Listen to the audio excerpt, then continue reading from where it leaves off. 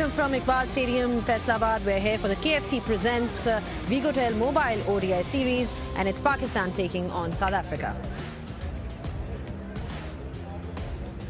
Well, great to be back on here in Faisalabad. The crowd was absolutely brilliant the other night, and we can expect more of that in this particular region that we've got here. Pakistan then, they won that first one-day international. South Africa lost, but again, they have to win it if they are to stay alive in this series. So plenty to look forward to in this encounter between both these sides. I've got with me Amir Sohail and JP Dumini to really talk about what's going to happen today. Amir, great performance by Pakistan in that first one-day international. They're starting off on a positive note, always helps in any series. Where do you think perhaps they could improve if they are to look at today's game? I think batting is a concern and turn out to be a perennial problem for Pakistan, especially the middle order and low middle order. At times when you think Pakistan is sailing and marching along relentlessly, we start to lose wickets. I think this is the area we have to improve. But you have to appreciate Shaheen Shah Afridi for his captaincy. He made the right call at crucial junctures of the game, and it was good to see the bowlers responding to him. All right, JP, then talking about South Africa, talking about today's, what happens today in terms of how they performed, where do you think they can improve then? Well, if you think about the rhythm of this entire tour, losing the first test match, having to fight back, yes, won the first T20, but then lost it quite convincingly and then needing to fight back. I think the same opportunity arises now for South African ODI cricket. And for us, really, it's about, okay, how, from a test of character point of view, how do we respond? Great opportunity for this young squad to respond positively. Absolutely, it's a great chance to redeem themselves. Remember, it's a second one-day international here in Faisalabad, and the third one will also be played. The third one-day international will be played on the 8th of November here in Faisalabad, and that'll be the final game of this tour. Quick look at the match summary from that previous game. This is what happened. South Africa made 263, perhaps short of runs. That was the general view that we had here. Pakistan then were able to chase it down. Like I said, not without their share of hiccups, but they did manage to go over the line, and they won it in the end by 2 wickets. Very simple question, Amir, because Pakistan has won 6 tosses, on this tour. Who's winning the toss? It's a simple prediction that we're taking. Law of averages. Law of averages, right? So you're basically saying it's South Africa's day in that regard. JP, what about you? Well, Quinton de Kock asked me, what are the chances of South Africa winning a toss? And I said, very minimal. He's not very convinced, but I think the law of averages stands true in this second one. All right, and if you win the toss, what would you do?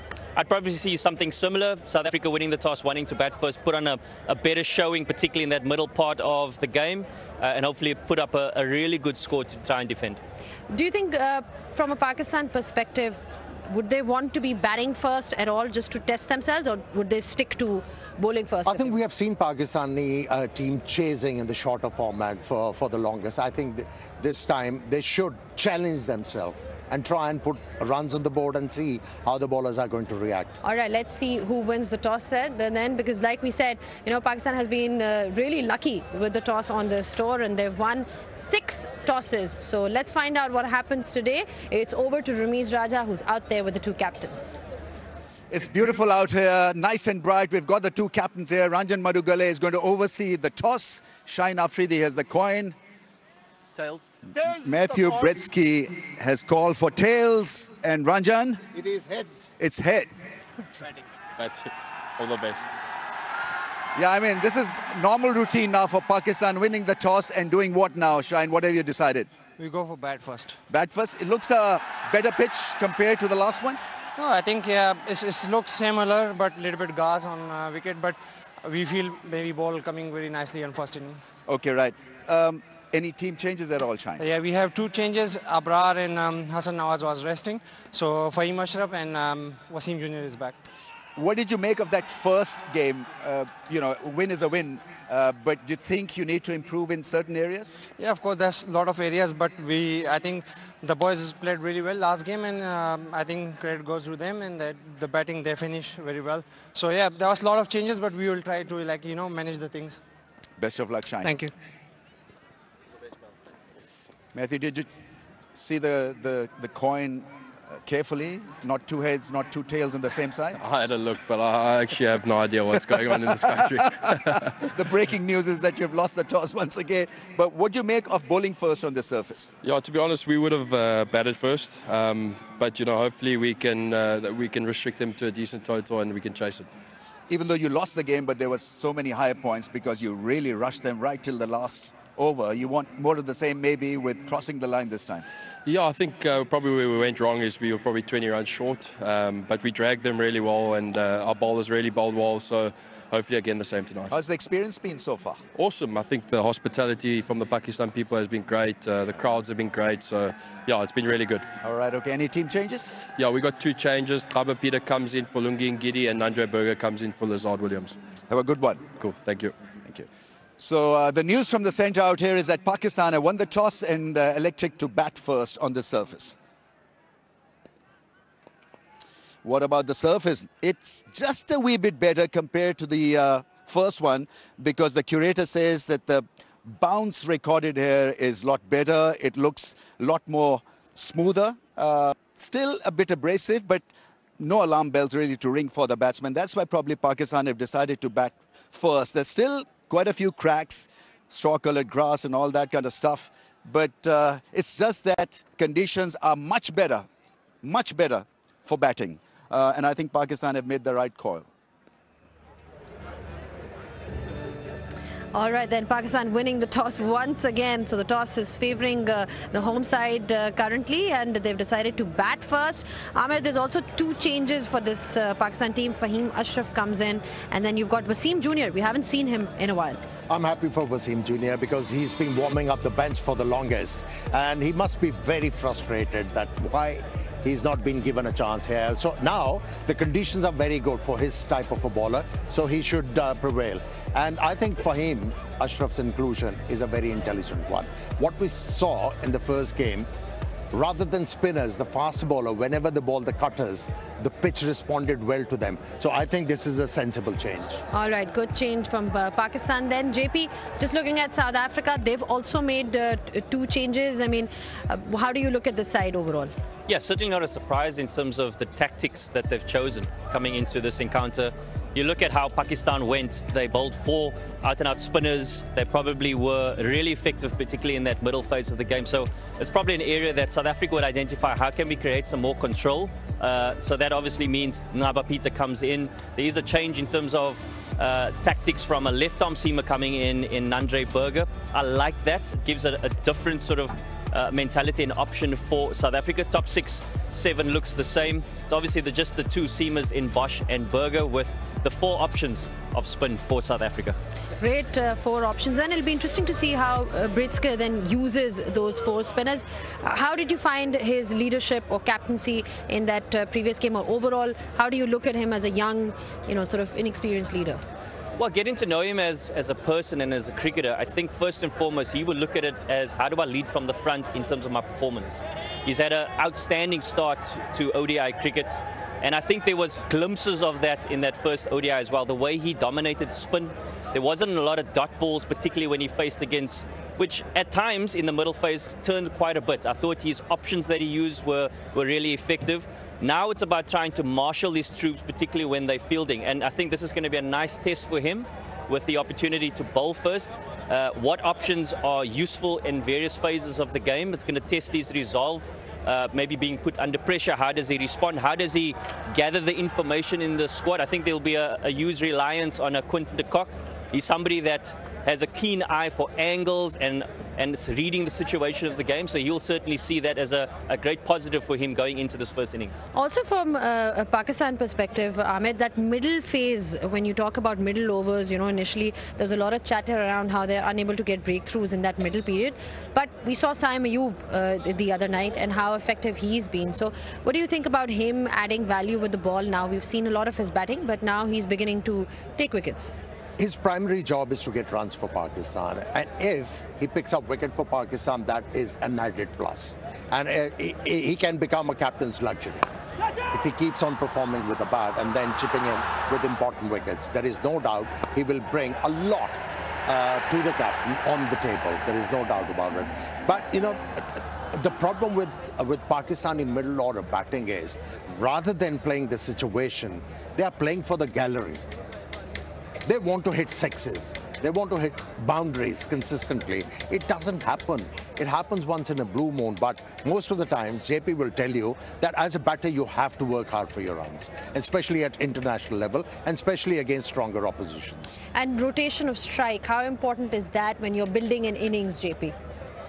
It's critical. So just to jump on Amir's point, I think it's finding this balance, particularly in the middle overs, of how do we rotate strike. I think dot ball percentages, particularly in the shorter formats, become so critical in understanding which areas of the game do we need improvement. But what I really enjoyed was the Salman Rizwan partnership.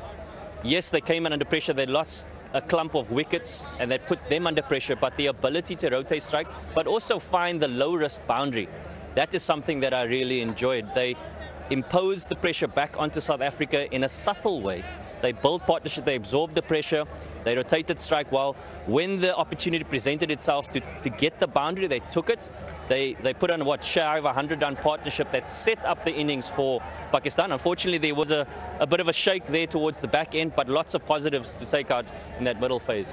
Absolutely, and they've been key for Pakistan. When you talk about that middle order, lower middle order, contributions from Salman Ali Agha as well as Mohammad Rizwan. I mean, how crucial do you think those two are for Pakistan to score runs? You know, no matter whether you're playing T20 cricket or ODI cricket, middle overs have importance. You cannot deny that. And if you have the ability to score runs like Salman Ali Agha and Rizwan did, I mean, takes the game away from the opposition. When they were in a partnership, involved in a partnership, you could tell South African were resigning to the fact it's not going to happen for us. Unfortunately for Pakistan, wickets, they fell in cluster. That gave hope to South Africa, but in the end, it was a positive result for Pakistan. Absolutely. These two then really sort of leading the way with the bat. Their partnership has been extremely crucial for Pakistan in the last few months. We've seen that, them delivering at a time when it was required. We'll take a short break. The crowd is building up really nicely here in Faisalabad. I can tell you that all three games are sold out. I mean, the first one we saw already, second one is also sold out, and the third one already is sold out. So you can't match the spirit of the people of Faisalabad. Kudos to them for coming out in huge numbers. We'll take a short breather here and be back just in a bit.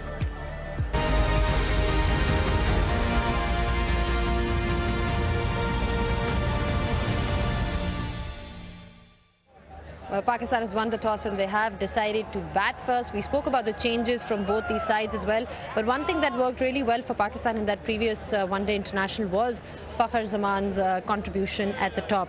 Amir, he's had his fair share of injuries and, you know, he's had fitness issues in the last 1 year. So it's good to see him come and score runs at the top, because we've seen that more often than not. Whenever he scores, Pakistan ends up winning. And what's refreshing about Fakhar Zaman's approach, now he's batting with a measured approach, and at the same time he's willing to work hard for his runs.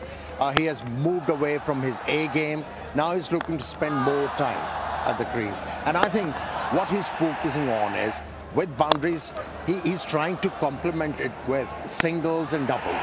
So I think that will augur well for Pakistan in the future, that he has actually started to take responsibility, and he forced his younger partner to complement him, which is a good thing. He's guiding Saim Ayub how to go about the job, and I think for future it'll be good for Pakistan. The younger boys taking responsibility is so important because you're literally shaping the future in that sense. JP, Pretorius then, that night, great knock by him in the previous one-day international, and he seems to have the right attitude. Yeah, I mentioned it in comms in the first game, and I said that he looks like he belongs just from this first year already, where he's made 3 debuts. He's played all formats already, and he's staked a claim in international cricket. And what I was really impressed about was just his balance at the crease, particularly at point of release from the various bowlers, coming at different angles. Yes, he has a bit of a trigger, but the point of release is where his head is really still. And he doesn't try to overhit the ball, particularly against seam. He's got great timing on the ball, but more importantly, he's got an aggressive mindset. So particularly when he's facing up against spin, you feel like something's always going to happen. He's trying to put the pressure on the bowlers, trying to make sure that his options are really clear. That's what I see. I see the options are clear. He's reading and assessing conditions. He has the great benefit, and we saw a picture in the comms in the first game where he's batting with a hero alongside him in Quinton de Kock, meeting him a good few years ago. He's only 19 years old and has the opportunity now to play alongside one of his heroes. And the thing about Quinton de Kock is he's got real clarity in assessing conditions and assessing the game. There's real clarity in his communication, and that's the great picture that we were speaking about. Real clarity in his communication on what he sees, and this is what you need to do. And I think for a 19-year-old to get to experience that in international stage, and particularly in the subcontinent where a lot of teams have come here under pressure, facing a huge amount of spin, not knowing how to go about it. So, you know, the opportunities are endless for him, but certainly one for the future. We're forgetting one thing. He fielded so well. He did. He did. What I actually liked about his batting, when you come to subcontinent and you are faced as a batsman to deal with a slow pace, you have to play the ball late. And he was actually driving the ball very late. He was allowing the ball to come close to him, and that's why he looked very impressive. It's time to discuss the score lines then, because we're entering that part of the show. Just in terms of runs, because Pakistan is batting first. I mean, a new challenge for them, because we've been seeing them that they've bowled first when they've won the toss. But how many runs again are we looking, Amir, where they feel in a comfortable spot? I think if there is due around, they have to have an insurance of about 15 or 20 runs more. I would say they should look to score 270, 280 to start with and reassess. And what about South Africa? What's the comfortable number for them that they feel, okay, this is something that is doable? So I think something similar to what we saw a few nights ago, but more importantly, from a South African point of view, how do we break this down? So how do we make an impact in the power play? What strategies are we going to use in the middle overs, particularly now with the extra spinner? And we don't want to get it to the end too low. All right, then it'll be an interesting contest between both these sides. It's Pakistan taking on South Africa, and plenty to look forward to in this particular one. Team photograph is happening as well. The crowd is building up really nicely here in Faisalabad. Very much clearer today as well in the skies. Take a short breather and see you guys on the other side.